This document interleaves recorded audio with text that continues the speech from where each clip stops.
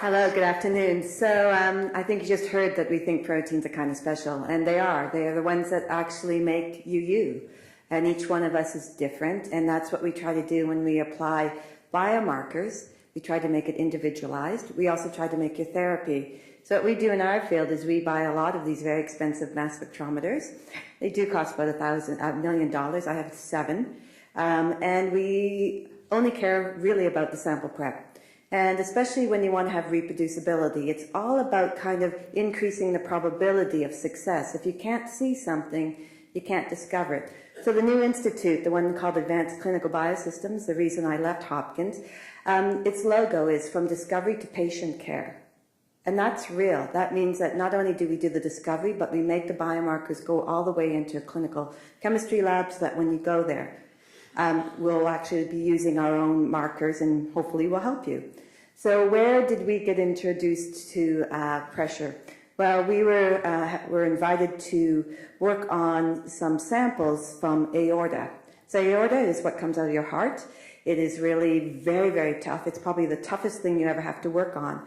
And we were invited to work on samples that are 25 years old. They are a cohort that will never be replaced. They are rare. In fact, the fresh frozen ones were destroyed during Katrina when it wiped out the medical institutions down in New Orleans. So all they have left is paraffin-embedded, formalin-fixed samples. These are priceless. These are taken from people who are under 30 years old in order to find very early stages of atherosclerosis. That is #1 killer in the world, heart disease. And this is a very early diagnostic possible that we could ever find coming from these samples. But they're samples that are literally not only from the aorta, which is super tough, but formalin-fixed, paraffin-embedded. And we needed to be able to get out the proteins, and there was only one way we found, after, believe me, doing many different types of technology, and this is with the first hub that came out, being able to use pressure and heat and being able to do it. And we're doing it. We have patents that are being filed, and we're hoping to be able to find the markers that will go all the way through to the clinic. We've used it in 2 other places. There's another disease of the aorta, again, very tough. It's called Marfan's, and it happens, a genetic disease. It happens in children, and their aortas dilate and dissect, which means they break open and they die. Standard of care is to operate and remove the aorta of a child and replace it. Okay, so a few years ago, a guy at Hopkins named Hal Dietz figured out that if we treat these children with an angiotensin inhibitor, we can slow down this dilation. And it's done through a series of hormones, and we're able to control them. And so we study this disease in children, in the aorta, and actually do it in mice. Do you know how tiny a mouse aorta is? Well, I have really tiny fingernails, but if you take my baby fingernail and make it into a quarter, that's about the size, because we only want a little bit of coming up.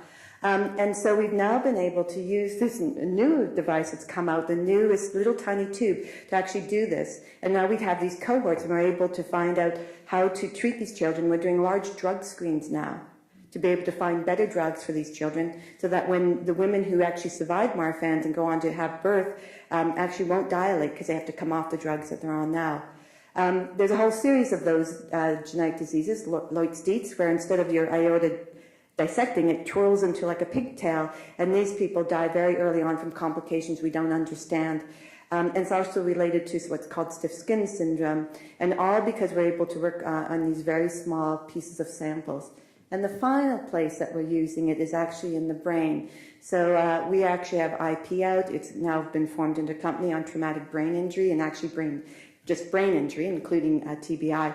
And being able to isolate proteins really reproducible in large numbers is really what we're doing in that area. And it's a huge area, and I won't talk about it anymore. But I want to just let you know that sometimes if you can't see something, you can't discover it, right? And what you have to do when you do discovery is to find those things and increase your probability of success.